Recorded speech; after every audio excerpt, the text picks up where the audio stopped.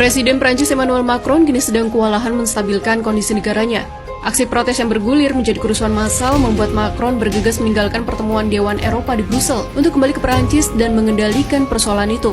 Dari sinilah kerusuhan Juni 2023 di Prancis itu bermula. Selasa 27 Juni 2023 pagi, polisi menghentikan Mercedes AMG yang dikemudikan Nael, remaja 17 tahun keturunan Aljazair dan Maroko. Polisi mencurigai Nael terlalu muda mengendarai mobil mewah di jalur bus di kota Nanterre. Nael menerobos lampu merah supaya tidak dihentikan polisi, tapi tak berhasil karena kondisi lalu lintas memang sedang macet. Nael dihadang dua petugas polisi dan salah satunya menodongkan pistol ke arah Nael. Polisi beralasan menarik senjata mereka hanya untuk mencegah agar Nael tidak melarikan diri. Polisi yang melepaskan satu tembakan mengaku takut dia dan rekannya atau orang lain tertabrak mobil yang dikendarai Nael. Mereka berdalih dalam posisi terancam saat Nael hendak kabur. Nael meninggal di tempat akibat satu tembakan di dada kiri. Kedua polisi itu masih dalam penahanan sementara dan nama mereka tidak dirilis. Video penembakan beredar luas di media sosial dan langsung memicu protes berujung kerusuhan.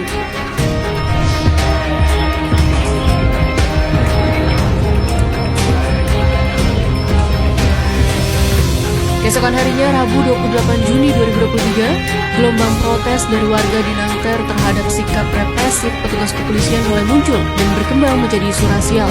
Memasuki malam, massa membakar sampah dan menyalakan petasan di lokasi penembakan. Pengunjuk rasa juga membakar mobil, membarikade jalan dan melemparkan proyektil ke polisi.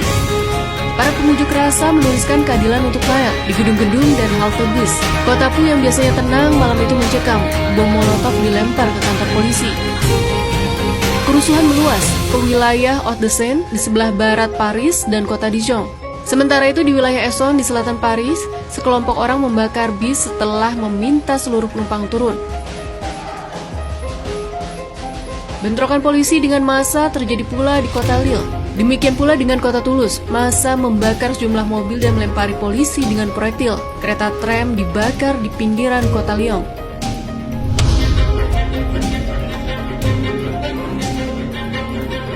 Kamis 29 Juni 2023, Presiden Emmanuel Macron mengeluarkan pernyataan. Macron menyebut kasus penembakan itu tidak bisa dimaafkan.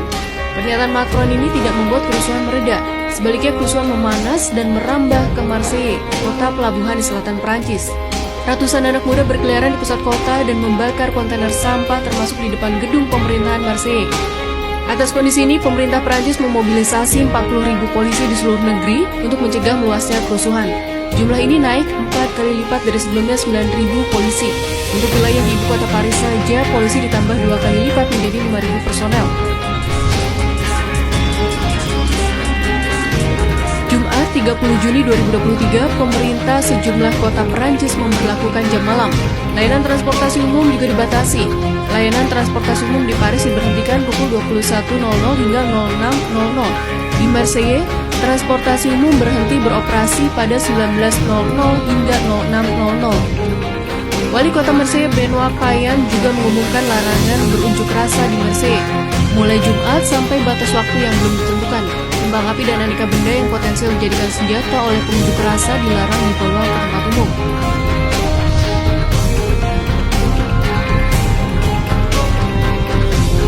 Sabtu 1 Juni 2023, jenazah Nael disemayamkan di rumah duka di Nanterre. Minggu 2 Juli 2023, sebanyak 719 orang telah ditangkap. Malam sebelumnya polisi menangkap sekitar 1.300 orang. Setidaknya 45 polisi terluka, 577 kendaraan dan 74 gedung dibakar. Dilaporkan ada 871 titik kebakaran di jalanan dan ruang publik. Dari rentetan letupan unjuk rasa yang membuat Perancis rusuh, ada beberapa informasi yang menjadi kunci. Keluarga Nael dan pengacaranya tidak mengatakan penembakan polisi ini terkait dengan ras. Mereka juga tidak menyebutkan nama belakang Nael atau informasi identitas yang rinci tentang Nael. Namun tetap saja, kematian Nael langsung memicu kerusuhan di daerah-daerah yang banyak dihuni imigran dari negara-negara bekas koloni Perancis. Para aktivis meyakini ras Nael menjadi faktor tewasnya remaja itu. Hal ini telah dibantah kepolisian dan pemerintah. Perancis mengklaim memilih sekularisme sebagai fondasi kunci yang menjunjung tinggi kesetaraan bagi seluruh rakyat. Caranya dengan menghapus sekat-sekat perbedaan, termasuk ras. Namun banyak warga kulit berwarna di Perancis merasa lebih rentan menjadi korban kekerasan polisi dibandingkan dengan warga kulit putih. Sebuah studi tahun 2017 oleh Rights Defenders, lembaga hak asasi manusia independen di Perancis, menemukan anak-anak muda dari kalangan kulit hitam atau keturunan Arab 20 kali lebih mungkin dihentikan polisi untuk diperiksa. Maka sebenarnya kemarahan pemrotes kali ini bukan semata pada insiden tewasnya Nael, melainkan prasangka rasial. Selanjutnya, warga Perancis dikenal memiliki kultur tak lelah turun ke jalan untuk menyuarakan keprihatinan terhadap pemerintah atau otoritas tentang berbagai isu.